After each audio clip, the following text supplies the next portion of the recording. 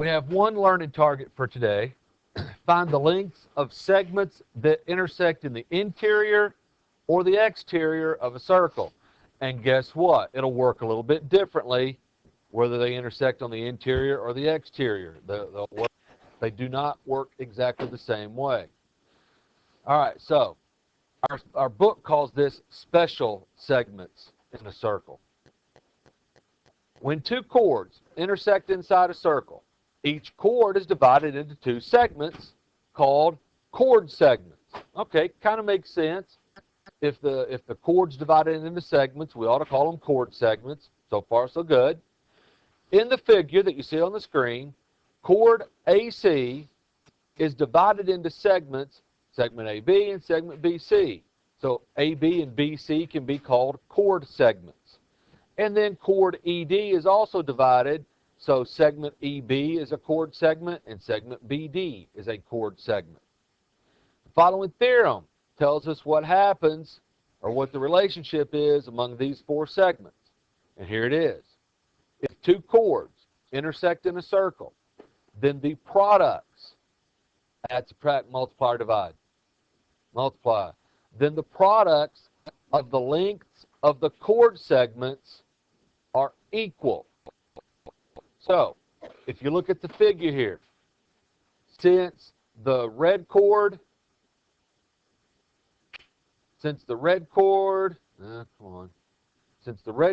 here and the blue chord here are chord segments of the same chord, we find their product. Since the green segment here and the purple segment here are chord segments of the same chord, we find their product. And those two products are equal to each other. Let's see how that works. So let's do number one on page 739. Find x, and then as they quite often tell us, if a segment appears to be tangent, then it is. But in number one, neither of those segments appear to be tangent. They're both chords. Okay? So according to our theorem, if we find the product of the chord segments of one chord and then the product of the chord segments of the other chord, we can set them equal. So for chord RT, the chord segments are 4 and 4. So find their product, 4 times 4. And I know you know it's 16, but I'm going to start off 4 times 4. Equals, well then find the product of the chord segments of the other chord, 8 times x. And then we solve it. So 16 equals 8x, and x equals 2.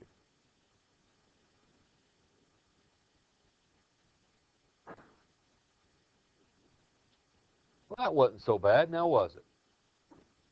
Okay, let's try number 2 and see what happens. We have two chords intersecting inside the circle. So the product of the chord segments of one chord equals the product of the chord segments of the other chord. So let's multiply together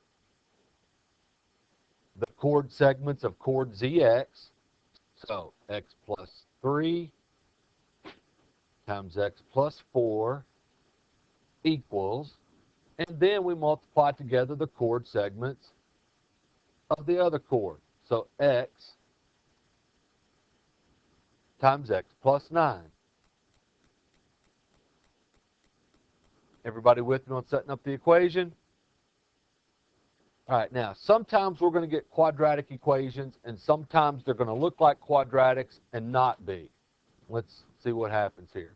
On the left, I need to use the FOIL method. X times x is x squared. X times 4 is 4x. 3 times x is 3x. 3 times 4 is 12.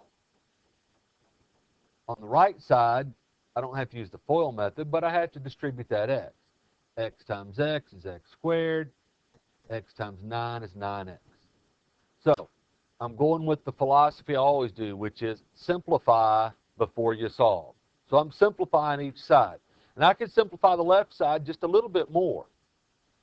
4x plus 3x is 7x. And I've simplified each side as much as I can. So now I start trying to solve. What's going to happen if I subtract x squared from both sides? Yeah, the x squareds are gone, right? So that's what I'm going to do next. I'm going to subtract x squared from both sides. On the left, x squared minus x squared is 0. Bring down the 7x plus 12. On the right, x squared minus x squared is 0. Bring down the 9x. And I'm in pretty good shape now, aren't I? So this turns into a regular linear equation instead of a quadratic. So let's subtract 7x from both sides. Divide both sides by 2. And now we know what x equals.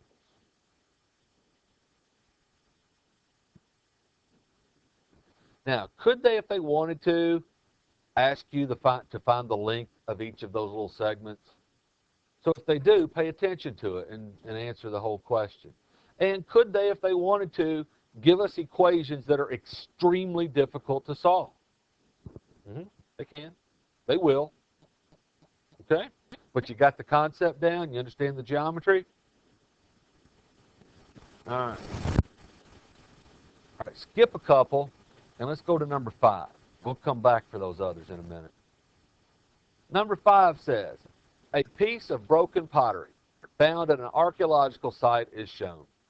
Segment QS lies on a diameter of the circle. Now, before I read the rest of the question, how on earth would they know that segment QS lies on a diameter of the circle?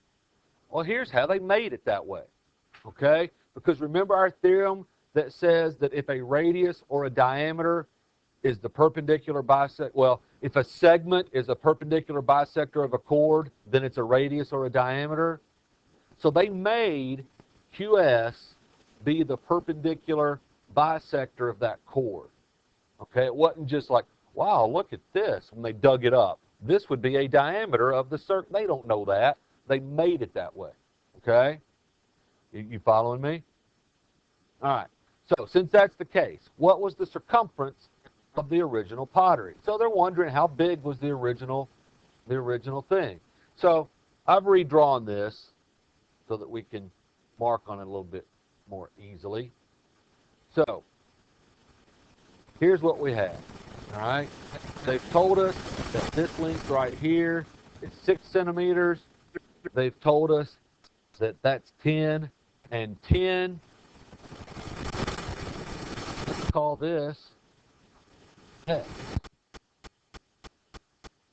And can we use the same theorem we just got through using? Yeah, because once we know x, then we can find the diameter. Once we know the diameter, we can get the circumference. Okay? So let's use the theorem we've been using, and let's say that 10 times 10 equals 6 times x.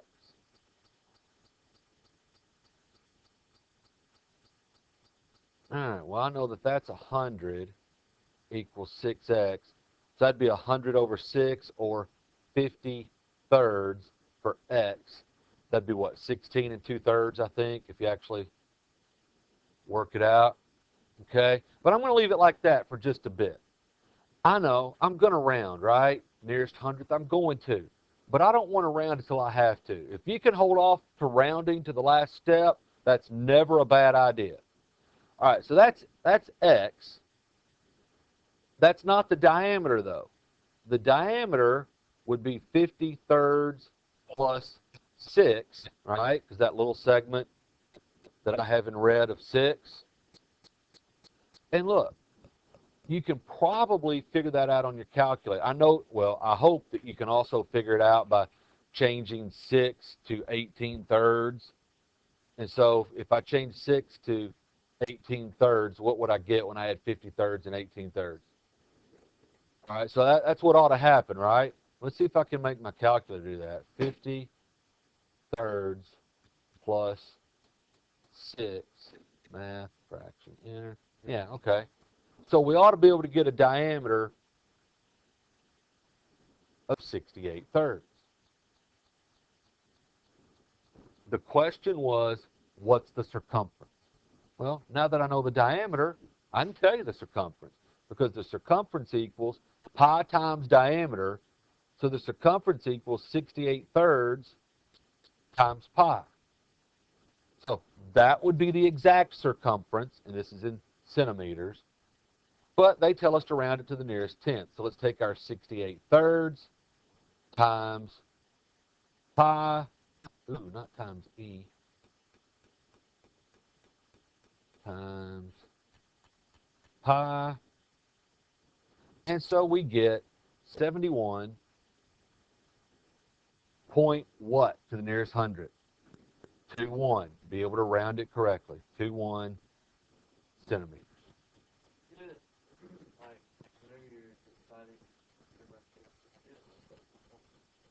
You can, but if you do that, if way up here instead of 50/3, you do 100 divided by 6 and get that, don't round it.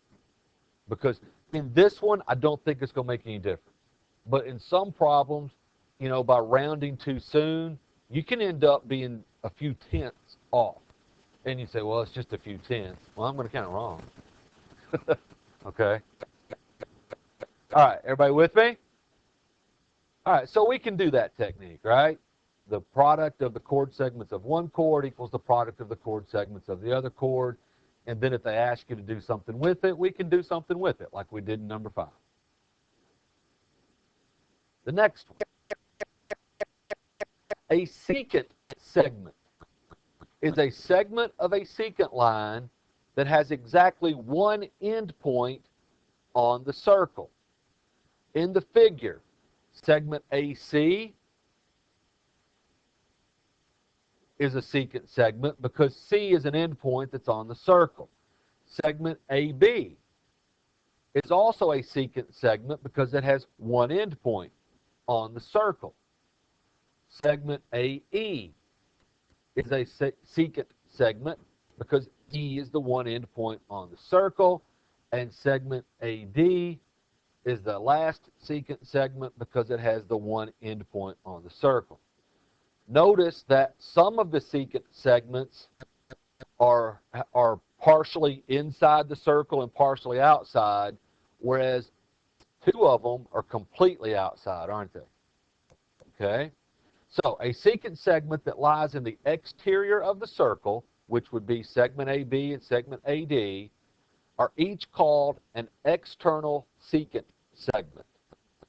So you've got secant segments, and then you have a special type of secant segment called an external secant segment. Vocabulary okay? All right, here's what happens. If 2 secants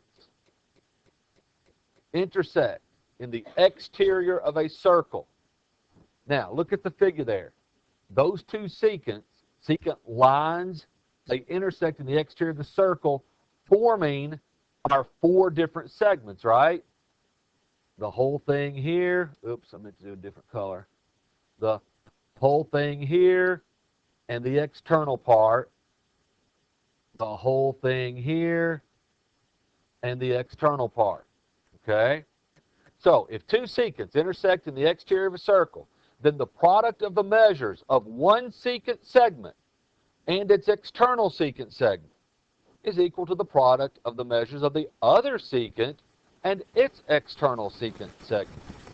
Now, that just gets too wordy to understand, okay? In writing, that's the way you got to say it. I get that. Here's the way I always think of it, okay? When I have the intersection of these 2 secants in the exterior of the circle, I think of it this way. The whole segment times the external part equals the other whole segment times the other external part. See, the whole thing, AC, times its external part, AB, equals the other whole thing, AE, times its external part. So in my mind, I'm always thinking whole thing times external equals whole thing times external. And I know that's not very mathy, but I can't keep all that in my head. One secant segment and its external secant segment is equal to the product of the measure of the other. or I get lost. Maybe you don't. I do. Okay? So I think whole thing times the outside equals whole thing times the outside. That's the way I do it. And, it's not mathy. If Isaac Newton walked in here, he'd probably try to knock me off my stool for not saying it the right way, but I think it's easier to remember that way. If you're better off memorizing it the way the book says it, then fine, you go ahead. Number 4. Find x, and none of these appear to be tangents, so we don't have to worry about that. We have 2 secant segments, don't we? Or we have 2 secants then divided up into segments. So let's look at this one first. The length of the entire secant segment, the whole thing. What's the length of segment AB? AD? X plus 5, not 5 times x plus 5. And I'd rather you write x plus 5 than 5 plus x, even though they're the same thing. So let's go x plus 5. So that's the whole segment times the external part, which is 5, equals. Now we go to the other one. What's the length of that whole segment? Because it's 7.5 plus 4.5, that's 12, isn't it? So the whole thing, 12 times the external part, 7.5. You with me on setting it up? And look, this equation could be easy to solve. It could be difficult to solve. It just depends on what they give us, doesn't it? Okay? There's only one x in this one. It's not going to be so bad. So just simplify before you solve. So on the left, distribute that 5, get 5x plus 25. And on the right, I don't happen to know what 12 times 7.5 is. Everybody says it's 90, and I agree. All right, well, now we're in business, all right? Subtract 25 from both sides. What's 90 minus 25? And what's 65 divided by 5? And there we are. All right, so the theorem was a brainful, but can you work it? All right. Now, pretty much the same thing happens when one of your segments is tangent instead of secant. Okay? Here's what the theorem says. If a tangent and a secant intersect in the exterior of a circle, then the square of the measure of the tangent is equal to the product of the measures of the secant and its external secant segment. What I just underlined in red could have come from the previous theorem, right? But this part here, the square of the measure of the tangent. All right. If you want to memorize it the way the book says it, I've got no problem with that. They're smarter than I am. Here's the way I remember it. I don't. I just remember the other one. The other theorem says the whole segment times the outside part. Well, look, that whole red segment is called JK times the outside part, JK. Do I get the same thing that they do? Equals the whole thing times the outside part. So I just remember the other theorem and apply it to this. Okay? But since you're going to remember, hey, this one's a little bit different, it's okay. Think of it as when it's a tangent, it's the tangent squared equals, and then whole segment times the external part. Okay? Let's see how that works out. Number 3.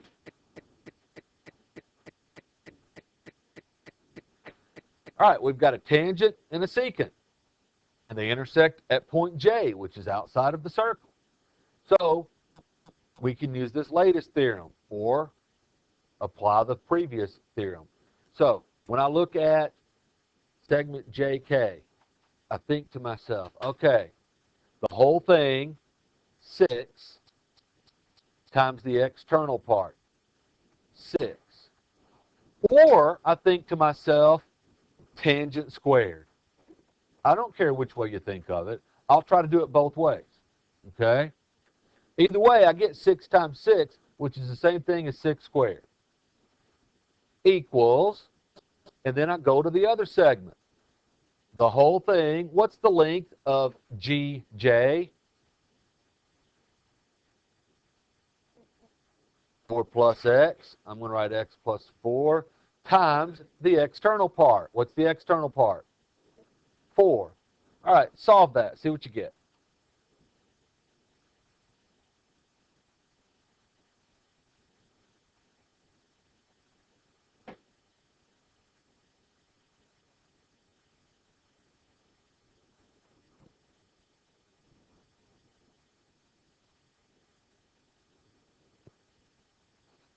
Anybody get what I got?